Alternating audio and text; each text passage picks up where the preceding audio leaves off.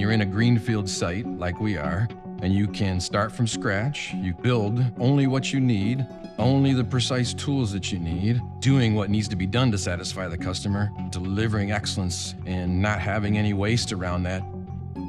There's so much space here. The lot that we've bought gives us the ability to expand. Not only would we expand in jobs per hour, we would also expand on selections that the customer gets.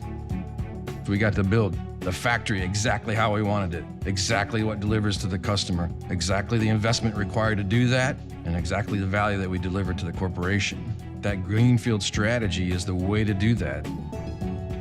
As you can kind of see behind me, from a body construction perspective, everything's in, and we're in our tool tryout phase. So we are building units. The tool trial process is the beginning of our trajectory to starting production within the factory. Building the car successfully with the tools, verifying that simulation work, and implementing it as quickly as possible. The tool tryout process is just that. As we go into release candidate, as we go to starting of production, we're on a continual climb to more production, higher quality, and always confirming that for every car that we build.